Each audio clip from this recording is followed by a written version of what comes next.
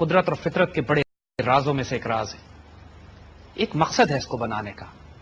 علامہ اقبال کا اردو اور فارسی میں شاعری کرنا بھی رازوں میں سے ایک راز ہے کہ اللہ تعالیٰ نے اب سبق پھر پر صداقت کا، شجاعت کا، عدالت کا، اور لیا جائے گا کام تجھ سے دنیا کی امامت کا، یہ نصیب آپ لوگوں کا رکھا ہوا ہے. Just have this faith kits for you. اس کو ضائع نہیں کیجیے گا. اس پاکستان سے کبھی، اس کے بارے میں کبھی شک نہیں کیجیے گا. Never doubt this country. آج کے دور میں یہ فیصلہ کرنا کہ اللہ کس کو عزت دے گا اور کس کو ذلت دے گا، وہ اس بات پر منحصر ہے کہ کون پاکستان کو عزت دے گا اور کون پاکستان سے خیانت کرے گا.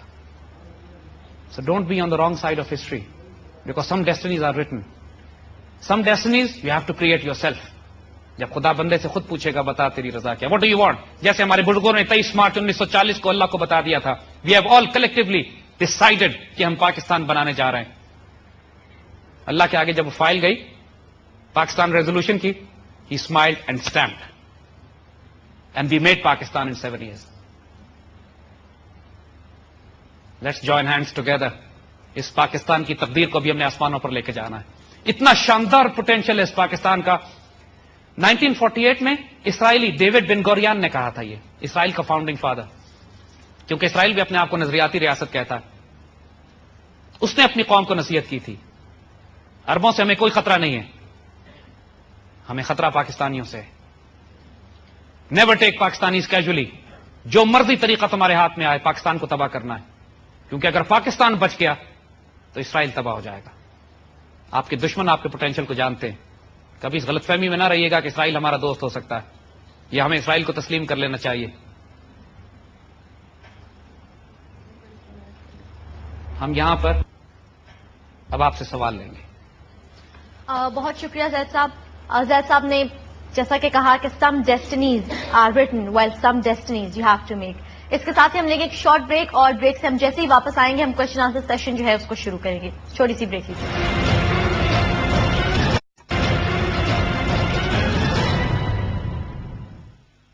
Welcome back viewers, you watching program Brass Tacks اور میں ہوں آپ کی ہوسٹ معروف قریشی. بریک پہ جانے سے پہلے زید صاحب نے اپنی بریف ڈسکشن جو ہے وہ تھوڑی سی انہوں نے کر دی ہے. اب باری ہے کہ ہم یہ جو ہمارے آڈینس پریزنٹ ہے، جتنے بھی ہماری نوجوان نسل اس وقت ہمارے ساتھ موجود ہے، ان کی جانب سے ہم سوالات لیں گے زید صاحب کے لیے. جی پلیز.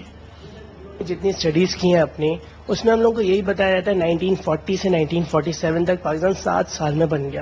یہ بہت بڑی ایک اچیومنٹ ہے، اور علامہ اقبال صاحب کا بہت بڑا کنٹریبیوشن ہے پاکستان بنانے میں. مجھے صرف یہ ابھی تک ایک سوال میرے ذہن میں گھومتا رہا ہے کہ وہ کیا چیز تھی جس نے 7 سال کے مختصر عرصے میں تو پاکستان بنا دیا، لیکن پاکستان بننے کے 1 2 3 سال بعد ہم میں وہ چیز اتنی زیادہ کم ہو گئی کہ تقریباً ختم ہو گئی کہ پاکستان کا جس نظریاتی ملک کی ہم نے بات کی تھی، جس نظریاتی ملک کی اقبال کی سوچ تھی جو نظر، وہ ہم پاکستان کو نہیں بنا سکے. آپ کا یہ سوال ہے. Thank you very much. Very interesting question دو. بیٹا بہت لاجیکل سوال ہے آپ کا کہ جس عشق اور جس جنون کے ساتھ ہم نے پاکستان بنایا 40 لاکھ مسلمانوں نے اپنا خون دیا، ہماری 2.5 لاکھ بہنیں بیٹیاں پیچھے چھوڑ آئے ہم، اس کے بعد کیا ہو گیا؟ دیکھیے یہ بڑی تکلیف دہ اسپیکٹس ہیں. قوموں کو قیادتیں روز نہیں ملتی ہیں، اور ایک قیادت تیار کرنا بھی کئی نسلوں کا کام ہو جاتا ہے. علامہ اقبال ایک تحفے کے طور پر بھیجے گئے، اور علامہ اقبال نے اس پورے ہندوستان سے ایک وجود تیار کیا، قائد اعظم. قائد اعظم بھی 1931 میں تھک کے چلے گئے تھے کہ اب کچھ نہیں ہو سکتا. 31 میں every thing was so black so dark.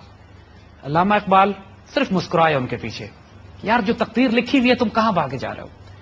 گول میں اس کانفرنس میں لندن گئے، جناح کو واپس لائے اور جناح کو محمد بن اور جناح کو قائد اعظم بنا دیا. اور پھر 1935 کے جب الیکشنز ہوئے تو اس میں مسلم لیگ واز راؤٹ، ختم ہو کے رہ گئی 35 کے الیکشنز میں.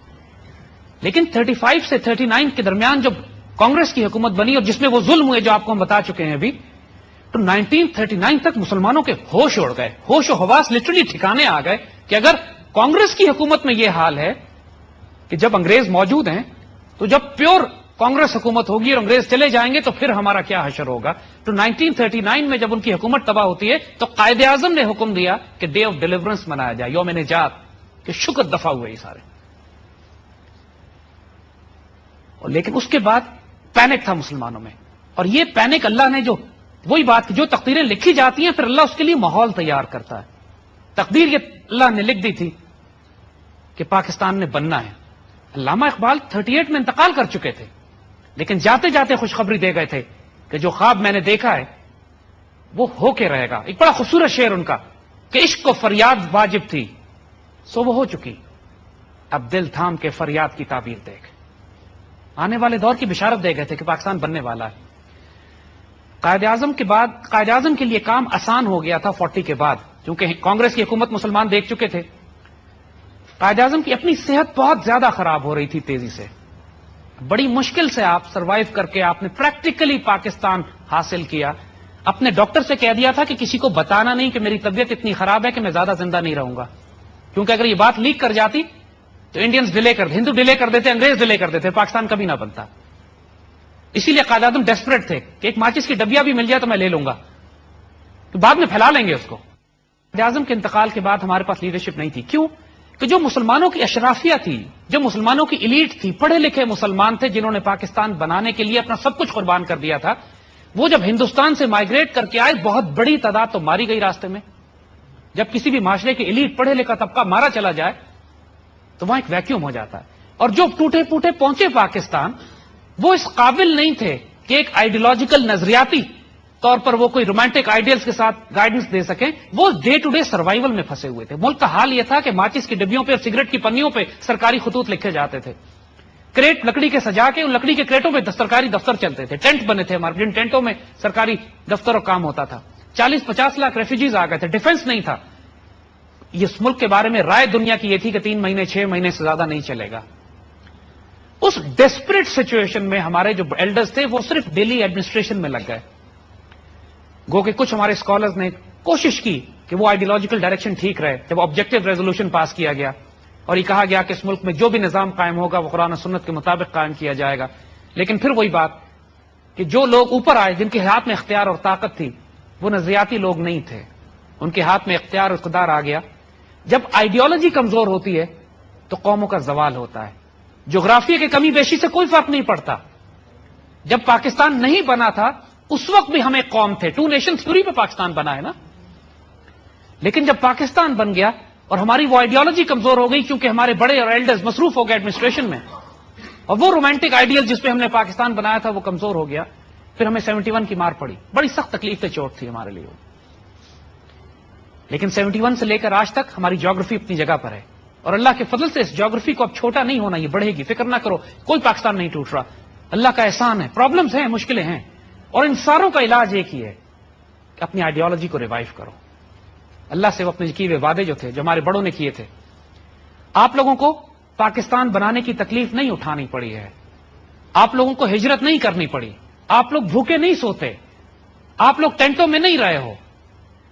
आप लोगों ने कुर्बानियां और सैक्रिफाइसेस नहीं देखी हैं अभी तक। मगर यह आपकी जिम्मेदारी है अब कि इस वक्त को, इस रहमतों और नेमतों को, इस आजादी को जो अल्लाह ने आपको दिया है, इस झंडे को नीचे नहीं गिरने देना। इसको उठाना आप पर वाजिब है, वरना बहुत बड़ी खयानत करोगे इस उम्मत के साथ। क्योंकि अल्लाह उसके रसूल की नजर पाकिस्तान पर है और पाकिस्तान की निगाह आप लोगों पर है। अपनी जिम्मेदारियों को समझना। अल्लाह ने आपके पेट भरे, आपको इज्जत और आबरू दी है, भूखे नहीं सोते हो, घरों पे छतें हैं, माशाल्लाह दुनिया जहान की आफियत है। आप इस मुल्क के अशराफिया में से हो, इलीट। ये आपकी जिम्मेदारी है कि आप इस मुल्क को आगे लेके चलो। वक्त जाया हुआ है, कोई बात नहीं, हम रोएंगे नहीं, but will make this flag, will raise this flag once again higher and higher इंशाअल्लाह, and so it is destined, just be part of it. Question answer का सेशन जो है वो हम जारी रखेंगे, लेकिन फिलहाल वक्त हुआ चाहता है एक छोटी सी ब्रेक का। ब्रेक के बाद जैसे ही दोबारा हाजिर होते हैं हम यहीं से अपने सिलसिले का आगाज करेंगे।